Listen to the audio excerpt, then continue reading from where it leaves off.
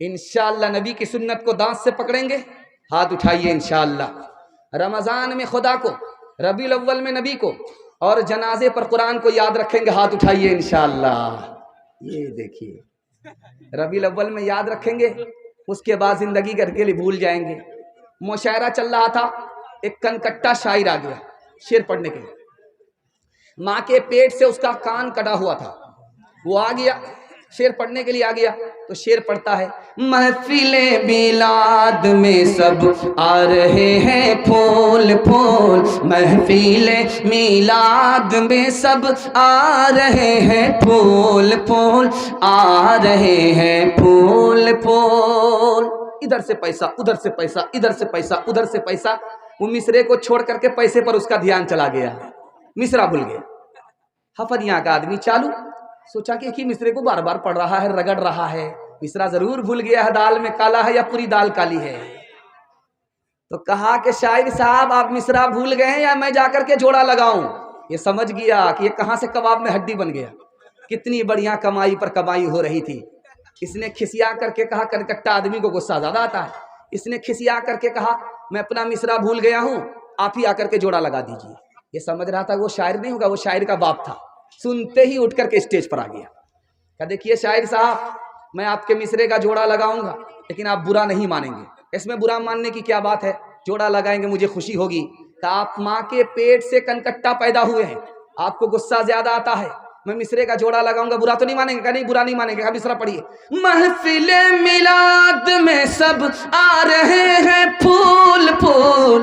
उसने आकर के जोड़ा लगाया, कान काटे हैं खुदा ने, नाक काटेंगे रसूल, नाक काटेंगे रसूल, कान काटे हैं खुदा ने, नाक काटेंगे रसूल, नाक काटेंगे रसूल। वादा कीजिए इंशाअल्लाह नबी का नाम पीछे होगा, नबी का नाम आगे होगा, काम पीछे होगा, हाथ उठाइए। ये देखिए नाक कटाने वाले को जरा देख लीजिए, नबी का काम पीछे होगा और नाम आगे होगा। हर एक काम तेरा बड़े से जुदा है, वो पाबंद कुरान तू जर पे फिदा है। हनूदो नसारा का क्यों थूक चाटा, कि मोचे तो लंबी है दाढ़ी को काटा। मोहम्मद ने महशर में जो पूछ डाला, बताएब सुन्नत में क्या तूने पाया, बताएब सुन्नत में क्या तूने पाया। तमाशाई मत बन खबरदार हो जा, अभी वक्त फुर्सत है बेदार हो जा। सीरत का जलसा निकल गया। दो पैगाम मैं आपके वास्ते दे रहा हूं, ये पूरे जलसे का खुलासा है। इसकी अगर आप हिफाजत कर लेंगे पूरे जलसे की हिफाजत हो जाएगी। बड़ी जल्दी से आपका जलसा निकल रहा है, मुझे भी पता चल नहीं चल रहा, आपको भी पता नहीं चल रहा है। अल्लाह हमारे सुनाने को, आपके सुनने को बेहद कबूल फरमाए। ध्यान से सुनिएगा, सुनाने के लिए जा रहा हूं, बहुत ध्यान सुनिएगा। अभी देखे होंगे आपने कि चंदा हो रहा था, किसी ने 1500 से ताउन किया, किसी ने नहीं दिया, मजबूरी थी, नहीं थी, या देने का इरादा था, नहीं दिया। ये पैसा है, इसी के हवाले से सुना रहा हूं। ये पैसा आदमी को कब बर्बाद करता है, ये पैगाम है, इसको जल्दी से सुन लीजिएगा। 1 साल में आपको अल्लाह 10 साल के बराबर तरक्की देगा। मेरा पैगाम ये है, हलाल कमाइए, हिसाब से खर्च कीजिए। थोड़ा पैसा रहे थोड़ा खर्च कीजिए, ज्यादा पैसा रहे ज्यादा खर्च कीजिए, लेकिन हलाल कमाइए। मैं गारंटी लेकर के मसनद रसूल से जाता हूं, आपको 1 साल में अल्लाह 10 साल के बराबर तरक्की देगा। माल कब इंसान को बर्बाद करता है, कमाने से पहले देखता ही नहीं है कि हलाल है या हराम है, माल से आदमी बर्बाद होता है। हासिल हो गया, हक अदा ही नहीं करता, न ज़कात देता है न हज करता है, इस माल से आदमी बर्बाद हो जाता है। हासिल हो गया माल और खर्च करने में देखता ही नहीं है कि जायज क्या है नाजायज क्या है, आदमी को माल बर्बाद कर देता है। हराम कब कमाता है आदमी, मैं आपको बताने के लिए जा रहा हूं, बच्चे की वजह से। कंजूस आदमी कब होता है, बच्चे की वजह से। आदमी जहन्नम में क्यों जाएगा, बच्चे की वजह से। ध्यान से सुनिएगा, जल्दी से निकल जाएगा। जब आदमी जेब में पैसा हाथ डालता है पैसा निकालने के लिए, तो अपने बच्चे का मुंह देखता है, तो फिर हाथ खाली निकालता है, पैसा रख देता है, क्योंकि मैं इसको दे दूंगा तो अपने बच्चे के लिए क्या होगा। बाल बच्चे की मोहब्बत में आदमी बखील हो गया, कंजूस हो गया, मक्खी चूस हो गया। दूसरी बात, बच्चों ने, बीवी ने ताना मारा कि तुमने कुछ नहीं किया अभी तक, लोग मकान बना लिए, दुकान बना लिए, तरक्की कर लिए, तुमने कोई तरक्की नहीं किया।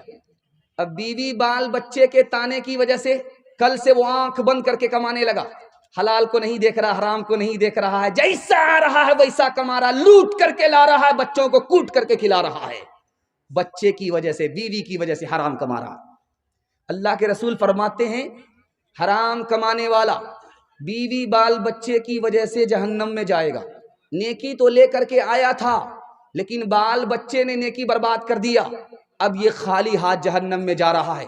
कंजूस बनता है आदमी बाल बच्चे की मोहब्बत में, हराम कमाता है आदमी बीवी के मुतालबे पर, और जहन्नम में जाएगा आदमी बीवी की वजह से। इसलिए मैं हाथ जोड़ करके आपसे कहता हूं, दूसरे की दुनिया बनाने के लिए अपनी आखिरत बर्बाद मत कीजिए। हर इंसान के 3 भाई हैं, एक बड़ा भाई, एक सबसे छोटा भाई, एक बीच का भाई, मझला भाई। जो सबसे बड़ा भाई है वो हर आदमी के रिश्तेदार है। जब आदमी मर जाएगा तो कंधा दे करके कब्र तक लाएगा और मिट्टी दे करके ऐसे भागेगा जैसे लगता है कि जेल से छूट रहा है। यहीं तक रिश्तेदार आपके साथ देंगे, ये पहला भाई।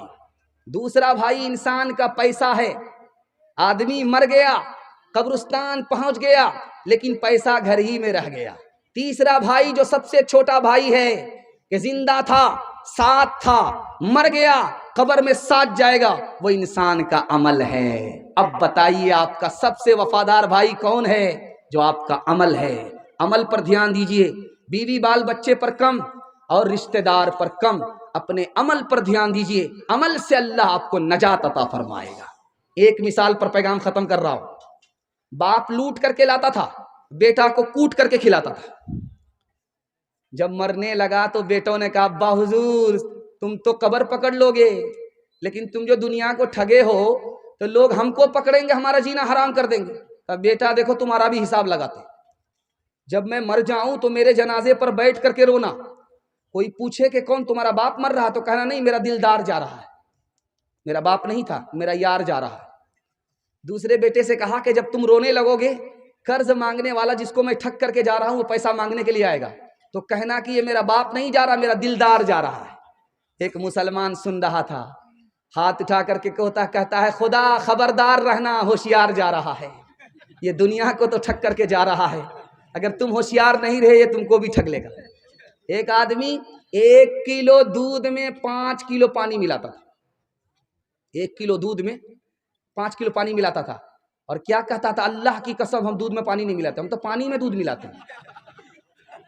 अल्लाह की कसम हम दूध में पानी नहीं मिलाते। रोज जाता था, खारी हाट बेच करके आता था। उसके बटुआ में पैसा था, साइकिल से आ रहा था, पेशाब लग गया, उसको पखाना लग गया, पाकड़ का दरख्त था, साइकिल भी रख दिया, बटुआ भी रख दिया, चला गया हाजत पूरी करने के लिए। ऊपर जो बंदर बैठा हुआ था वो नीचे आया और बटुआ लेकर के ऊपर चला गया। अब जब ये आया तो देखा कि भाई आंख बंद डब्बा गायब, असल औजारे गायब है। तो अब इसने देखा तो बंदर बटुआ लेकर के ऊपर गया, अब वो वहां से सिक्का निकाल करके देख रहा कि असली है या जाली है। अब इसने कहा हाथ जोड़ करके, हे महाराज मेरा पैसा बर्बाद मत करो, मुझको वापस कर दो, हम तुमको केला खिलाएंगे। तो बंदर को रहम आया, एक सिक्का इधर फेंका, दूसरे सिक्का है उसके हाथ से छूटा, पानी में बोलता है टभाक। बंदर को बड़ा अच्छा लगा कि बाप रे कितनी प्यारी आवाज है, इतनी प्यारी आवाज तो किसी गाना में हमको सुनने को नहीं मिलती है। तो बंदर को अब तमाशा सूझा, वो एक सिक्का निकालता था, पानी में डालता था, एक सिक्का इधर फेंकता था, एक सिक्का पानी में डालता था। ये समझ गया कि हे महाराज अब समझ में आया, जो दूध का पैसा था तो वो तो ऊपर हो गया, जो पानी का पैसा था वो पानी में चला गया। हाथ उठा करके वादा कीजिए, इंशाअल्लाह हलाल कमाना है, हिसाब से खर्च करना। मैं गारंटी लेकर के जाता हूँ, 1 साल में आपको 10 साल के बराबर तरक्की होगी। हाथ उठा दीजिए इंशाअल्लाह। कर तो भी तरक्की दुनिया में असबाब तिजारत पैदा कर तो भी तरक्की दुनिया में, असबाब तिजारत पैदा कर तू भी तरक्की दुनिया में,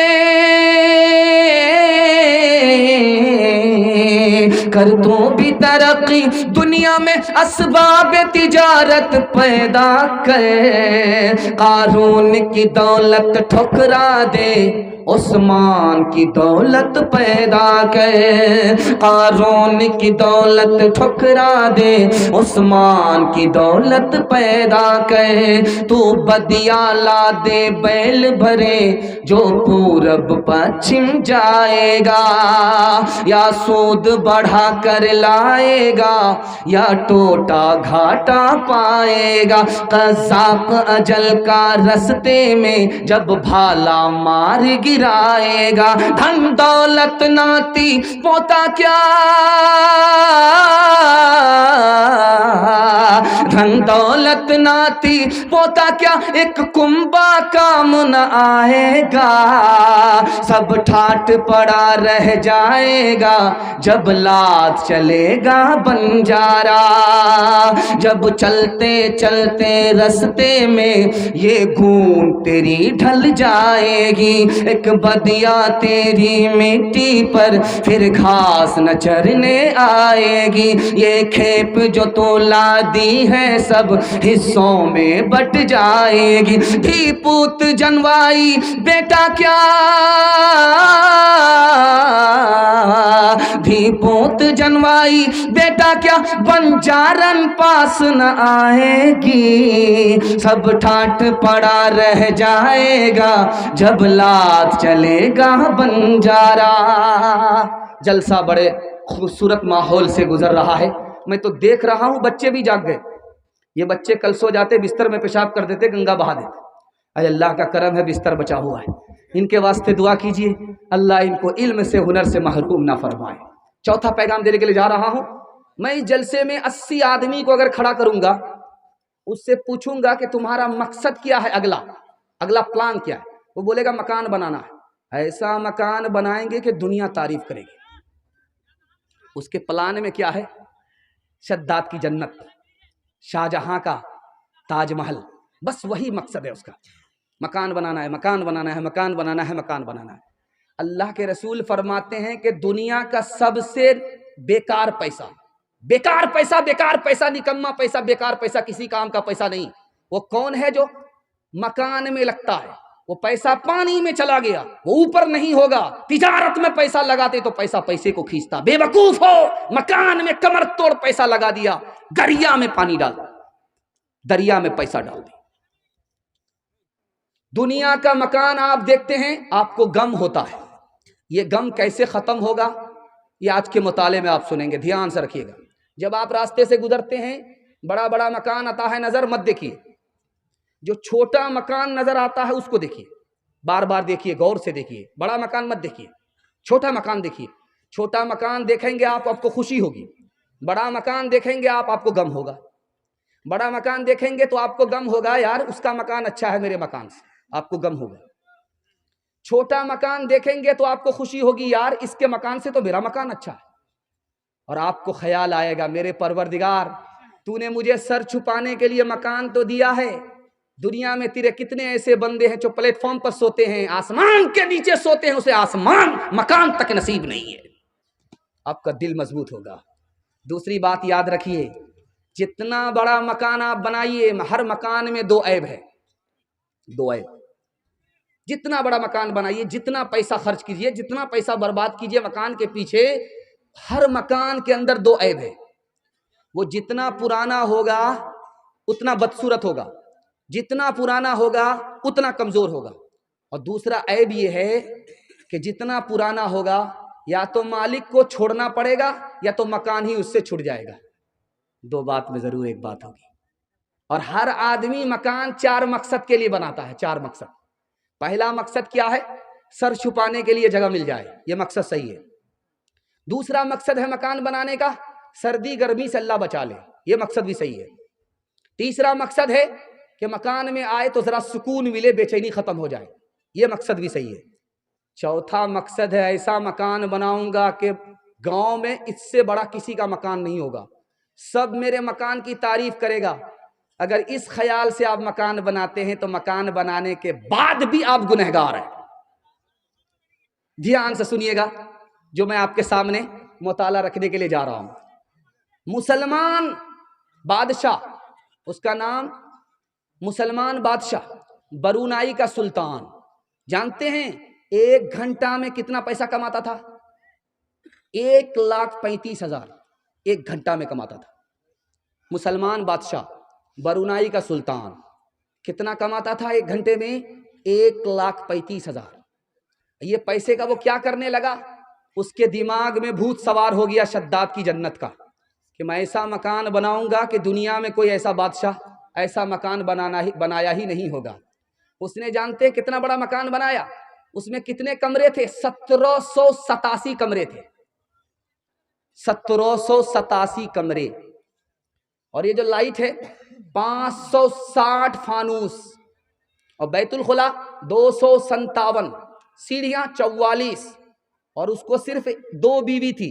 2 बीवी के गुस्ल खाने कितने बड़े थे? 5 बड़े बड़े तालाब, महानंदा फैल, कानकी फैल, 5 बड़े बड़े तालाब उसने बनाए थे बीवी को गुस्ल करने के लिए।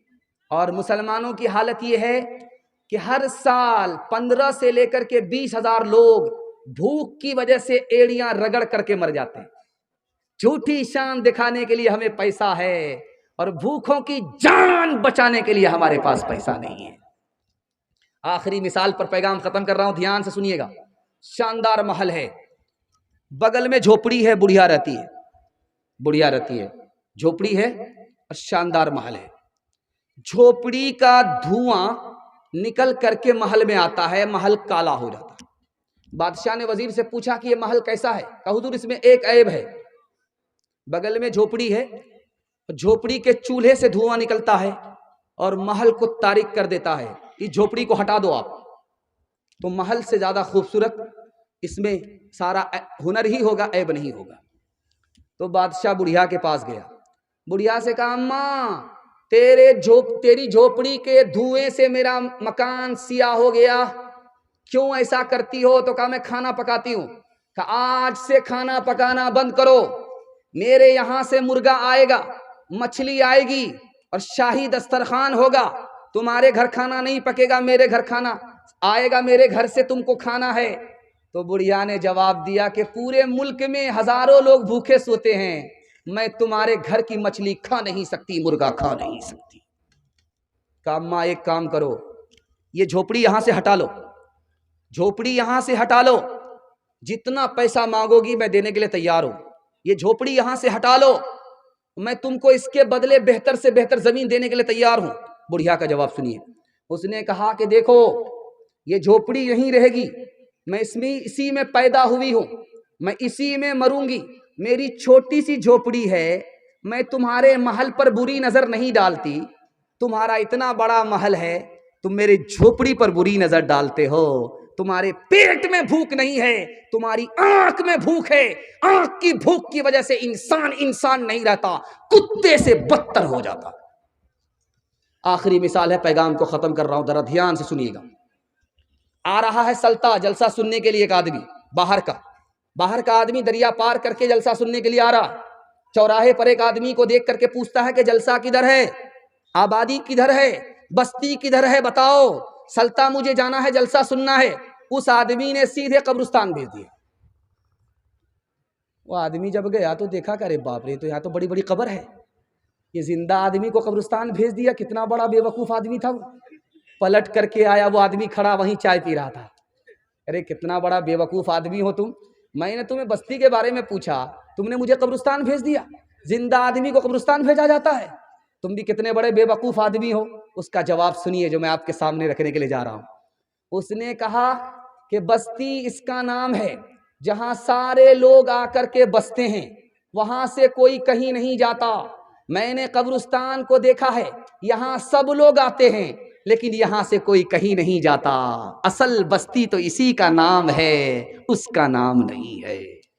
इंशाअल्लाह झूठी शान दिखाने के लिए हमारा ऊंचा मकान नहीं होगा, जेब को देख करके मकान बनाएंगे, तिजारत में ज़्यादा पैसा लगाएंगे, मकान में कम। हाथ उठाइए, बिल्कुल सही जा रहा है, बिल्कुल सही जा रहा है।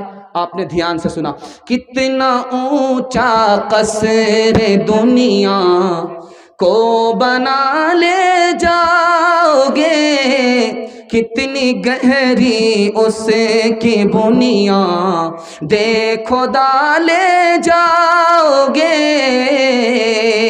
कितना अर्ज़ो तूल में उसको बढ़ा ले जाओगे, खींच कर उसका कहाँ तक सिलसिला ले जाओगे, उसको क्या चलती दफा सर पे उठा ले जाओगे, उसको क्या चलती दफा सर पे उठा ले जाओगे, आए थे क्या लाए थे, जाओगे क्या ले जाओगे, आए थे क्या लाए थे, जाओगे क्या ले जाओगे।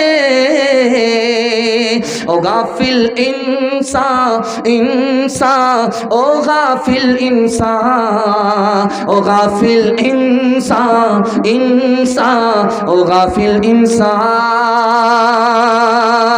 आँखों से तूने अपने कितने जनाजे देखे, आँखों से तूने अपनी कितने जनाजे देखे, हाथों से तूने अपने दफनाए कितने मुर्दे, अंजाम से तो अपने, अंजाम से तो अपने क्यों इतना बेखबर है।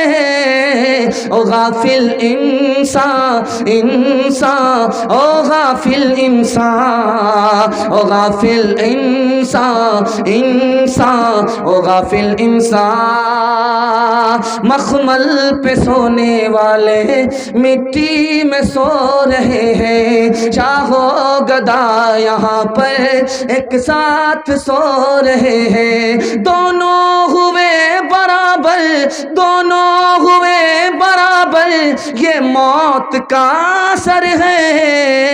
ओ गाफिल इंसान इंसान, ओ गाफिल इंसान, ओ गाफिल इंसान इंसान, ओ गाफिल इंसान। औरतों के हवाले से सुना रहा हूँ, आप लोग सुनने के लिए तैयार हैं? आखिरी पैगाम, हाथ उठा करके वादा कीजिए इंशाअल्लाह। औरत को सर पे रखेंगे, पैर के नीचे रखेंगे, हाथ उठाइए इंशाअल्लाह। खैर, 2-3 आदमी ब्लैक लिस्ट वाला है, वो भी हाथ उठाया है। खैर, माशाअल्लाह डिस ब्रेक मार करके आपने साबित कर दिया कि जलसा ख़त्म हो रहा है लेकिन आप जिंदा हो रहे। अल्लाह अकबर, अल्लाह आपके हौसले को सलामत रखे। जल्दी से जलसा निकल रहा है, ध्यान से सुनिएगा, जल्दी से निकल जाए। मास्टर साहब आए स्कूल में, पेंसिल लेकर के खड़े हो गए, बच्चों से कहा कि बच्चे आज मैं माँ के बारे में बताने के लिए जा रहा हूँ, मुकम्मल हमारी तरफ ध्यान से सुनना। माँ के बारे में बताने के लिए जा रहा हूँ, माँ क्या होती है, माँ से रिश्ता कैसा होता है। हर बच्चे के कान खड़े हो गए, मास्टर की तरफ बच्चे देखने लगे, लेकिन एक बच्चा बराबर पेपर पढ़ रहा है। मास्टर साहब को गुस्सा आया कि कितना बड़ा नालायक है, ये जरूर हफनिया का बच्चा होगा या सल्ता का बच्चा होगा। गुस्सा आया, लाठी ले करके मास्टर साहब उस बच्चे के पास गए। नालायक कहीं का, मैं माँ के बारे में बताने के लिए जा रहा हूँ, तू पेपर पढ़ रहा है। कहा मास्टर साहब माफ कीजिएगा, आज ही का पेपर है और ताज़ा खबर पढ़ रहा था कि एक माँ सोते हुए 4 बच्चे को छोड़ करके अपने आशिक के साथ फिरार हो गई। दूसरी मिसाल ला रहा हूं, ध्यान से इसको सुनिए। इधर माँ गाली बोल रही है, बेटा खामोश है। जब माँ खामोश हुई तो बेटा गाली शुरू कर दिया, माँ खामोश हो गई। बेटा में माँ में कंपटीशन चल रहा है, इधर से तलवार चल रही है, उधर से तोप चल रही है, जबरदस्त मुकाबला चल रहा है। माँ इधर गाली बोल करके खामोश होती है, बेटा शुरू होता है, बेटा खामोश होता है, माँ शुरू हो जाती है। कोई भी दम मारने के लिए तैयार नहीं है, वरना मुकदमा हारने के लिए सब लोग तैयार है। जब माँ आजिज आ गई गाली देते देते, तो बेटे से कहती है कि बेटा मैं तुम्हें अपना दूध माफ नहीं करूंगी, तो बेटा भी तन करके कहता है कि तू माफ करे या ना करे, मुझको कोई फर्क नहीं पड़ता, तूने मुझे डब्बे का दूध पिलाया, अपना दूध नहीं पिलाया। तीसरी मिसाल आपके सामने रखने के लिए जा रहा हूं, बहुत ध्यान से इसको सुनिएगा। फांसी पर बेटा चढ़ने वाला है। अब उससे पूछा गया कि तुम्हारी आखिरी ख्वाहिश क्या है, आखिरी ख्वाहिश बताओ। तो बेटा बोला कि मेरी माँ जिंदा है, दीदार करा दो, कान में बात करना चाहता हूँ, राज कहना चाहता हूँ, माँ को बुला दो। हाकिम ने कहा रोक दो फांसी को, मुजरिम की हर ख्वाहिश को पूरी की जाएगी, उसकी माँ को बुलाओ। माँ आ गई। माँ जब करीब आई, कान बढ़ाया कि राज की बात कोई बेटा बताएगा, बेटे ने दांत से अपने माँ के कान काटे। अब हाकिम ने कहा कि कितना बड़ा संगदिल है, कितना बड़ा मुजरिम है कि मरने से पहले माँ के साथ भी इसने नाफरमानी नहीं छोड़ी।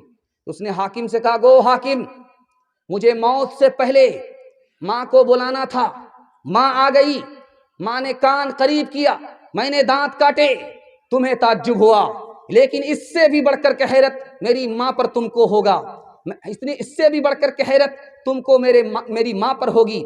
मैं जो बताने के लिए जा रहा हूं, मैं बचपन में अंडा चुरा करके लाता था, माँ को देता था, माँ मेरी पीठ ठोकती थी, मैं डकैत बन गया, चोर बन गया। यही माँ अगर कान के नीचे एक तमाचा लगा देती, मेरी चोरी छूट जाती, डकैती छूट जाती। इस माँ ने मुझे डकैत बनाया, इसी की वजह से मैं फांसी पर चढ़ रहा हूं।